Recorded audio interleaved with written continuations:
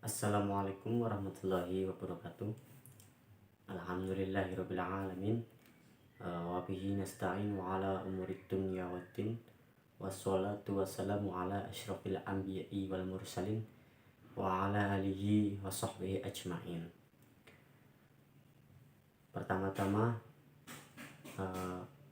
saya mengucapkan terima kasih kepada Ibu dosen mata kuliah public speaking yang telah memberikan banyak sekali ilmu, memberikan banyak sekali pelajaran yang sangat berguna dan bermanfaat bagi kami selaku mahasiswa 4 KPIC. Dan saya juga mengucapkan banyak-banyak terima kasih atas dukungan dan kerjasama dari teman-teman selaku mahasiswa kelas 4 KPIC. Ya, yang pertama, marilah kita panjatkan puja dan puji syukur kita ke hadirat Allah Subhanahu wa taala yang telah memberikan banyak sekali manfaat, kenikmatan sehingga kita semua alhamdulillah dalam keadaan sehat walafiat. Amin ya rabbal alamin. Dan yang kedua kalinya, tidak lupa sholawat serta salam tetap kita hancurkan atau curahkan kepada Nabi kita, Nabi aku Muhammad Sallallahu Alaihi Wasallam. Semoga kita semua kelak menjadi umatnya dan mendapatkan syafaatnya di hari kiamat. Amin, amin ya rabbal alamin. Dan bicaranya saya di sini tidak lain tidak bukan untuk melengkapi tugas atau praktek daripada public speaking. Ya, di sini saya akan berbicara mengenai pintar dalam bermedia. Ya, yang kita tahu media atau alat elektronik, media informasi itu di zaman sekarang sudah sangat-sangat canggih sekali. Begitu mudahnya kita mendapatkan informasi dan begitu mudahnya kita menyampaikan sebuah informasi kepada semua orang, kepada halayak umum atau publik. Di zaman yang modern ini apapun serba cepat. Ya, seperti kita memberikan pesan kepada teman, kepada keluarga, itu serba cepat. Seperti kita bisa memesan makanan pun bisa melalui handphone, melalui media internet.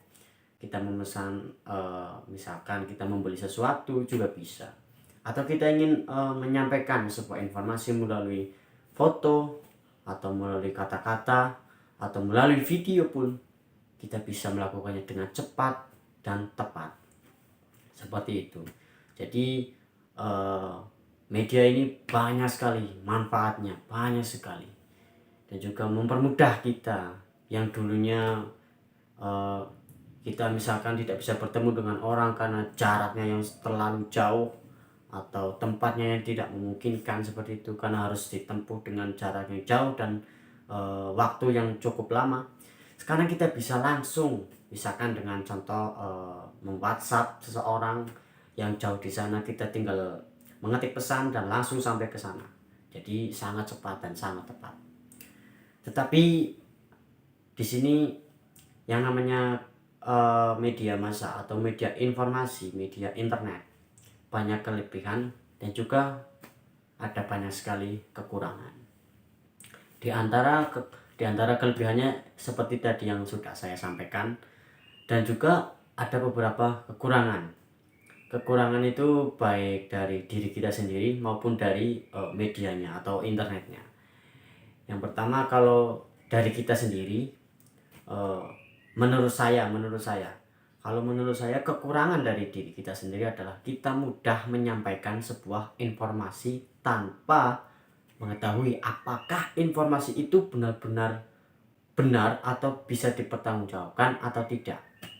Terkadang kita hanya melihat sebuah fenomena atau melihat sebuah informasi yang kita tidak tahu informasi itu benar atau tidak, namun kita ikut-ikutan misalkan men-share informasi tersebut ke WhatsApp, ke Facebook, Instagram, YouTube, Twitter, dan lain-lain, tanpa mengetahui, tanpa kita melakukan riset dulu, apakah informasi ini benar ataukah informasi ini salah. Nah, di sini pentingnya kita sebagai mahasiswa harus bisa bijak dalam mengelola sebuah informasi yang datang. Dicek dulu kebenarannya, dicek dulu informasinya, sumbernya dari mana, apakah sumber itu bisa dipertanggungjawabkan kredibilitasnya atau tidak, seperti itu. Yang kedua, eh, kekurangan dari medianya. Kekurangan dari media satu jelas, misalkan masalah sinyal. Tidak semua tempat ada sinyal, ataupun kalau ada sinyal pun belum tentu sinyal itu baik atau sinyalnya jelek. Misalkan kalau di tempat saya alhamdulillah, walaupun di sini desa, tetapi sinyalnya alhamdulillah tidak begitu buruk. Tetapi mereka yang ada yang di sana yang contoh kecilnya, misalkan yang berada di pelosok seperti Papua, seperti NTT, pokoknya yang berada di distrik itu sangat minim sekali sinyal, sangat minim sekali media informasi atau media komunikasi yang berhubungan dengan sinyal atau internet. Itu kekurangannya. Dan juga menurut saya kekurangan yang lainnya adalah media informasi atau handphone. Cara gampangnya itu handphone ya, yang seperti kita gunakan handphone atau laptop, itu membuat kita itu semakin malas. Saya pikir seperti itu, karena semuanya kan dimudahkan, seperti apa-apa lewat handphone, lewat internet, lewat laptop, semuanya dimudahkan. Jadi kita itu disetting semuanya itu serba instan. Makanan instan, beli ini itu instan, tidak perlu ke toko, tidak perlu ke ini, bisa lewat internet. Kita kuliah juga, karena posisinya juga pandemi seperti ini, kita bisa menggunakan media seperti ini, tapi caranya itu kan instan dan mudah. Menurut saya itu kurangnya membuat kita itu gimana ya, jadi ya serba dimudahkan, jadinya ya serba malas seperti itu. Kita lebih banyak di rumah, misalkan main-main di kamar, di rumah, yang harusnya kita berjumpa dengan orang lain, bertemu dengan orang lain. Misalkan kemarin kita merayakan Hari Raya Idul Fitri bersama keluarga. Kalau biasanya kita pergi ke misalkan ke silaturahmi, ke keluarga, ke sana kemari, karena mungkin tempatnya jauh. Kalau dulu itu walaupun tempatnya jauh, kita tetap datang ke sana, karena itu kan keluarga kita. Tapi kalau sekarang tempatnya tidak jauh-jauh amat lah, ibaratnya itu sedikit jauh, itu pun kita kadang cuma ya video call atau meminta maaf lewat WhatsApp atau gimana. Itu menurut saya sih kurang seperti itu. Tingkat sosialnya kita itu sedikit berkurang, karena kita satu jarang bertemu dengan orangnya langsung. Kita seringkali bertemu lewat atau berjumpa, berkomunikasi melalui media atau perantara alat elektronik. Dan juga menurut saya media atau media massa, media internet itu kan disetting untuk memudahkan segala sesuatu, menginstankan segala sesuatu. Jadi kebanyakan anak-anak muda zaman sekarang atau zaman milenial, yang harusnya, yang dulu saya kecilnya itu bermain dengan teman-teman, misalkan main sepak bola, hujan-hujanan, main ini main itu, permainan tradisional, sekarang sudah nggak ada seperti itu. Tidak usah jauh-jauh, adik saya sendiri yang masih kelas 3 SD itu ya jarang keluar rumah, yang ada cuma main game, main handphone, main game, gitu-gitu aja gitu loh. Kayak maksudnya nggak ada asik-asiknya gitu kalau menurut saya gitu. Kekurangannya di situ, kurangnya komunikasi, dan dia lebih suka main di rumah dengan handphonenya ketimbang main di luar dengan teman-teman sebayanya. Itu menurut saya satu dampak hal negatif menurut saya seperti itu. Sekolah pun sekarang ya menggunakan media internet, karena kondisinya kan memang sedang susah, sedang pandemi seperti ini.